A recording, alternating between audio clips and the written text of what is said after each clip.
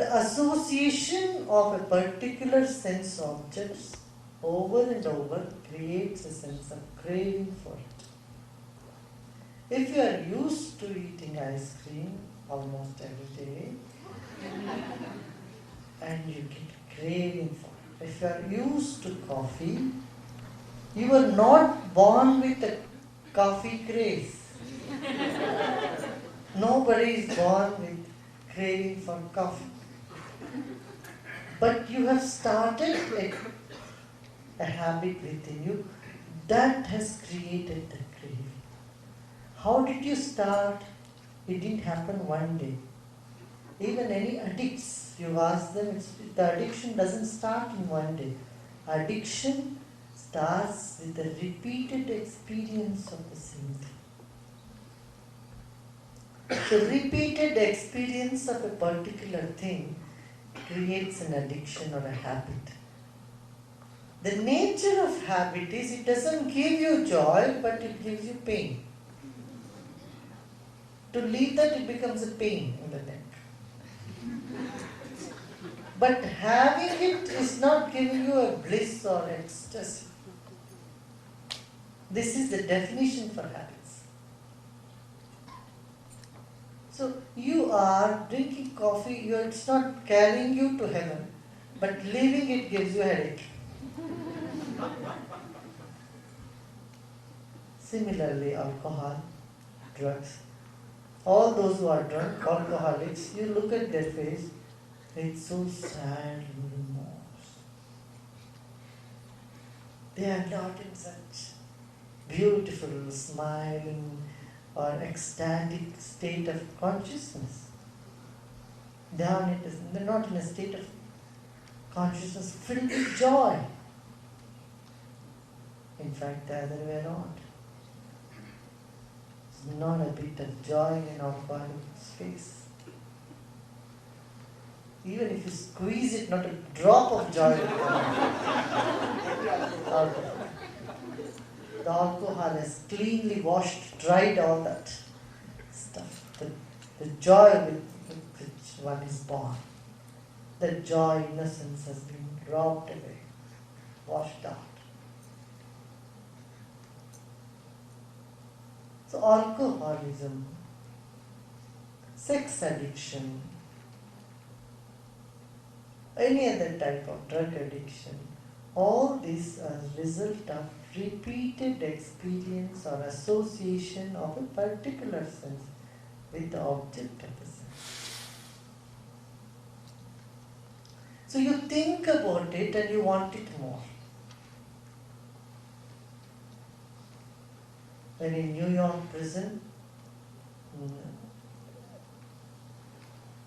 a criminal who has been a child abuse criminal was asked, what is your desire before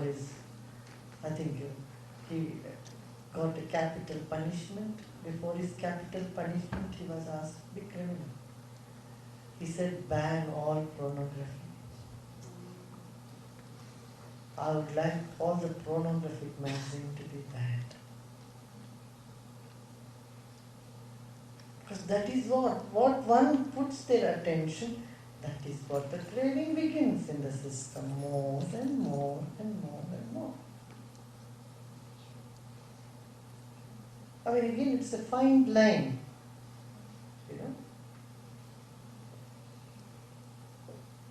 So when the association, what happens? Desire for it rises more, the habit. With the desire, what comes next? Whether a desire is fulfilled or unfulfilled, anger comes. Whenever anyone is angry, behind that anger you will see there is a desire, a craving. The craving brings anger. So you get angry at somebody. The next step is you get attachment with somebody. And whomsoever you are angry, sooner or later you are going to regret. And that regret brings more attachment to that person or that situation or that thing. By regretting, you don't move away with something, of something. You go more into it. You will see, whomsoever you hate, you are angry at, you think of them more than anybody else, yourself.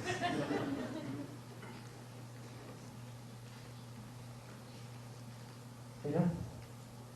You know why you should not hate anybody? Do you know why? The reason? You should hate somebody because you become like somebody whom you hate. You think of someone whom you love, you have such a nice, pleasant feeling arising within you. And you think of someone whom you hate, your nervous system undergoes some distortion. There is a distortion happening within your system. That means what? Your nervous system is becoming or assuming the form of the person whom you dislike. And you keep doing it again and again and again, you get all that impression. Your system becomes like that.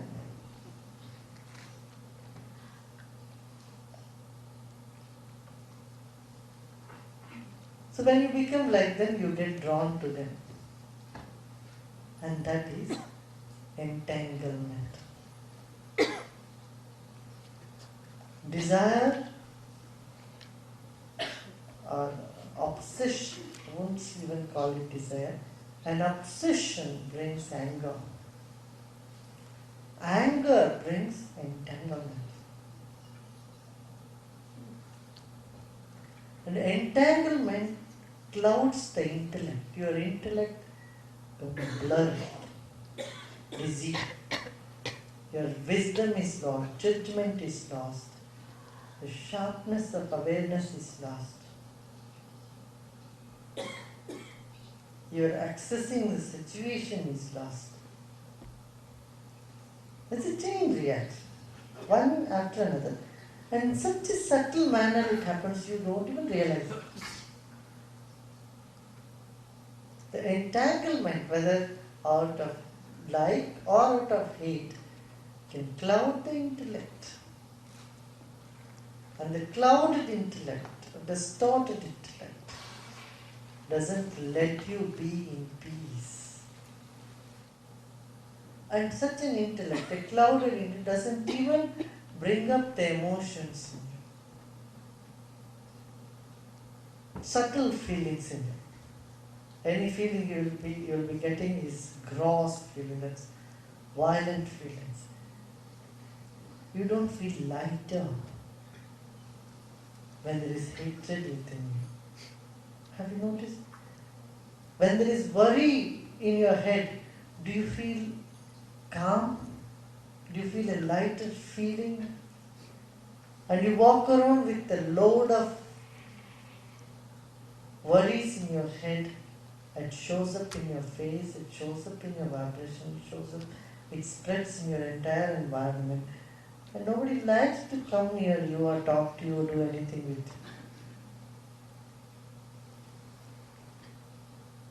you. Your vibration indicates whether there is lead inside you or there is flower within you. Are you light like cotton candy within you? Or are you like a stone inside? What's happening there? This shows up in your vibrations, in your surroundings. Can't you see that? When you look at someone who is so worried, can't you feel that? Oh, there is such a sense of heaviness. And heaviness is contrary to joy, contrary to love, and contrary to all that you cherish as human values. With this, the memory is lost. Memory of pleasant things are lost. And life has got two sets of memory. One is the memory of unpleasant things, another is the memory of pleasant things. Children often have the memory of pleasant things more than unpleasant things. That's why they keep themselves cheerful most of the time. And as we grow older, as we lose our innocence, our unpleasant memories increase than the pleasant ones. That's again the spiritual practices, meditation is to put the wheel back. Is to bring back the pleasant memories more and more and more, and unpleasant memories to almost insignificant amount. So when the memory is lost, when the memory of who am I, what do I want in my life, the memory of reality, the truth, seeing life in context with the universe. That's called wisdom, and that is lost. There is no peace left, and there is no happiness. There's no happiness in life. So the practices, meditation, all these things that we do here is to withdraw the mind and take it to its source, even for a few minutes. And then you see after meditation you come, you feel so fresh, light. How many of you feel like that?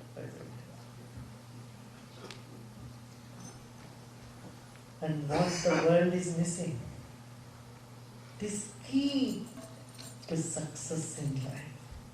What people out there do not know is a simple wisdom, simple knowledge of life, of returning back and coming into action.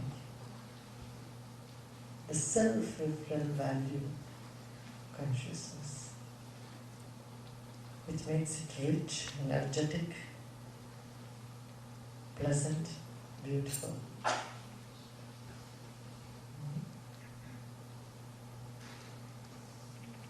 What do you say? Correct.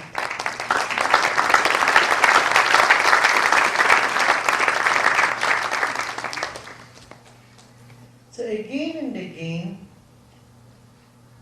pull back your attention from the objects of the senses into the senses and to the source of mind, source of consciousness. This journey within gives you that strength of endurance, it makes you endure all different situations in life. How pleasant and unpleasant are they? See, have you ever expressed your displeasure without really getting mad or losing yourself?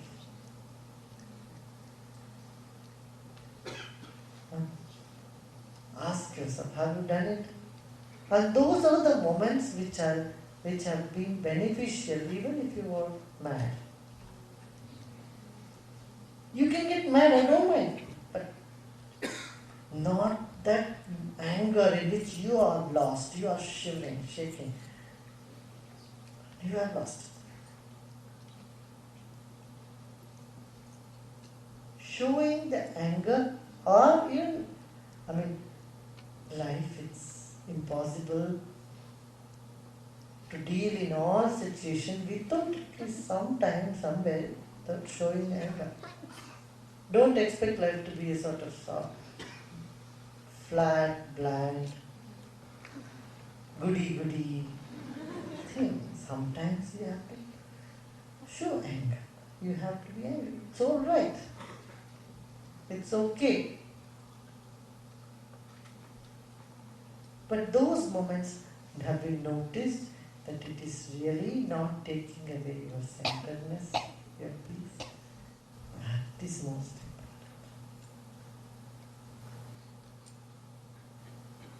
There was a sage, a rishi, was called Durvasa. Usually people, when someone is very angry, they They name, oh, he's like Durvasa. Means terrible temper. Rishi.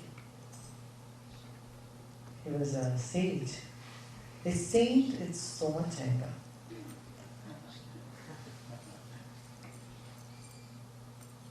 You know, for that saint, that anger was an exercise. To see whether in spite of all that anger, he didn't lose himself, lose the centeredness. He was not afraid of anger. Sometimes you are so scared of your own anger.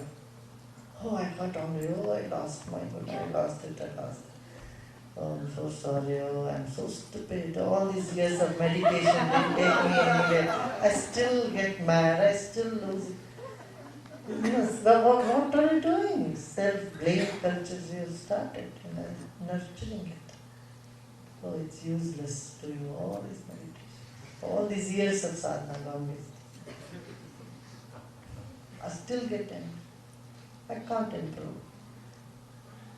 This sort of self-criticism you delve into.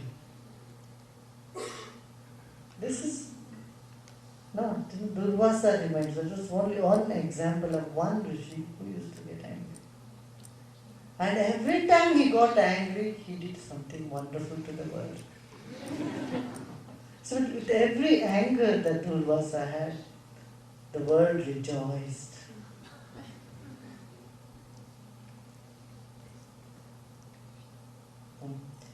Once it so happened,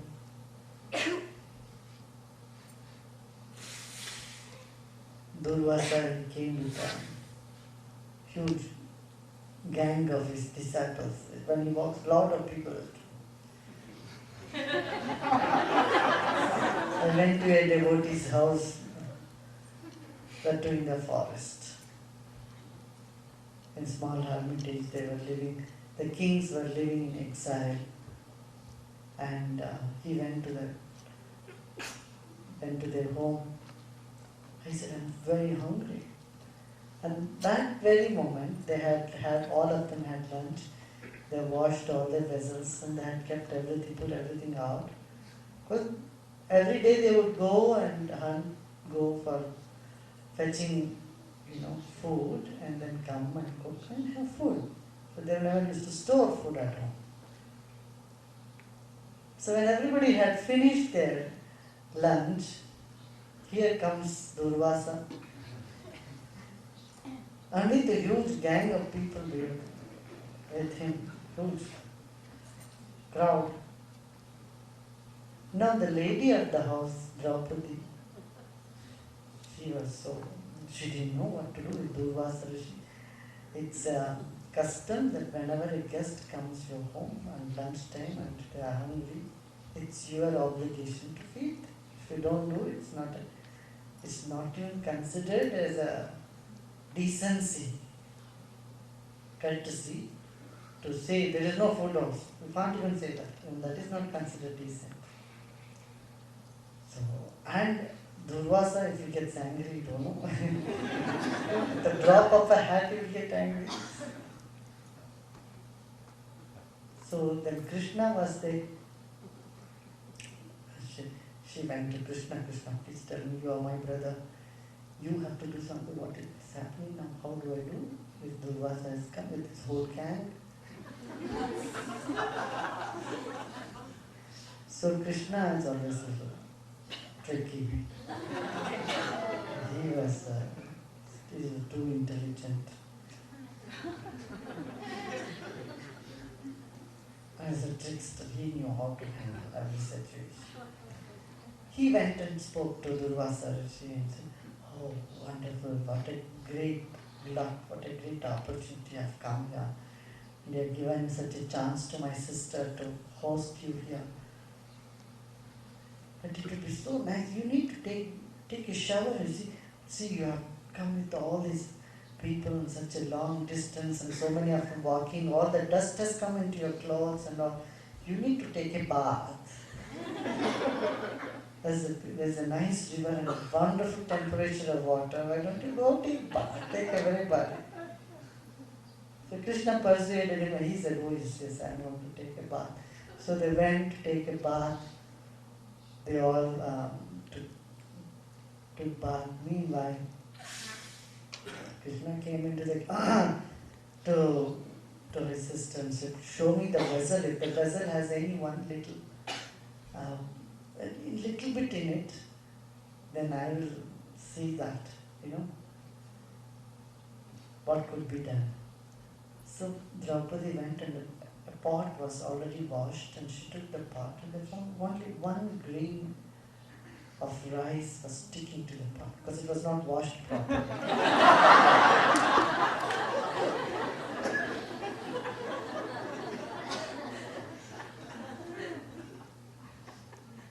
Because when she was washing it, she heard the news that Durvasa is coming. That frightened her. So, the vessel was not washed properly. There was one grain of rice that was sticking to the vessel. And Krishna took that grain and then he made that sankalpa, an intention, and he took that grain, he ate that grain. And said by the time all these people took their bath and they came, they said, oh, we are so full. And they came and said, please don't cook any food for us. We are so full. We are no hungry at all. We are so full now. This is one version of the story. I think that's the correct version. I don't know. Maybe the other version is that one grain multiplied into so much and then all the thousands could eat. Is the second version. There are two versions going around. But anyway, whether the rice multiplied or even without eating, they all felt so full. That one grain was given by Krishna with that intention. So that's called Akshaya Patra. It's a vessel that never diminishes. There's always more that comes up from it. And this happens many times. Many times in our satsangs it's always happened. People come, very little food. Sometimes some people bring me food, 2-3 people who could have. 50-60 people have eaten. That's happened not once, many times. Many of you know also. So it is the intention, the attention and manifestation.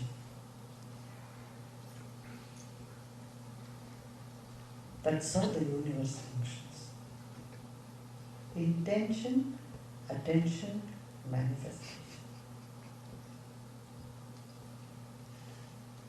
So wherever you put your attention, that starts manifesting in your life.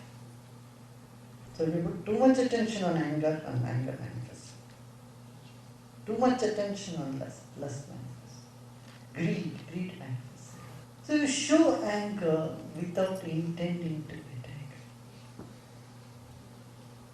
When the intention is love, even anger does good. That's what was the case with Durvasa. So every time he was angry, some great thing happened on the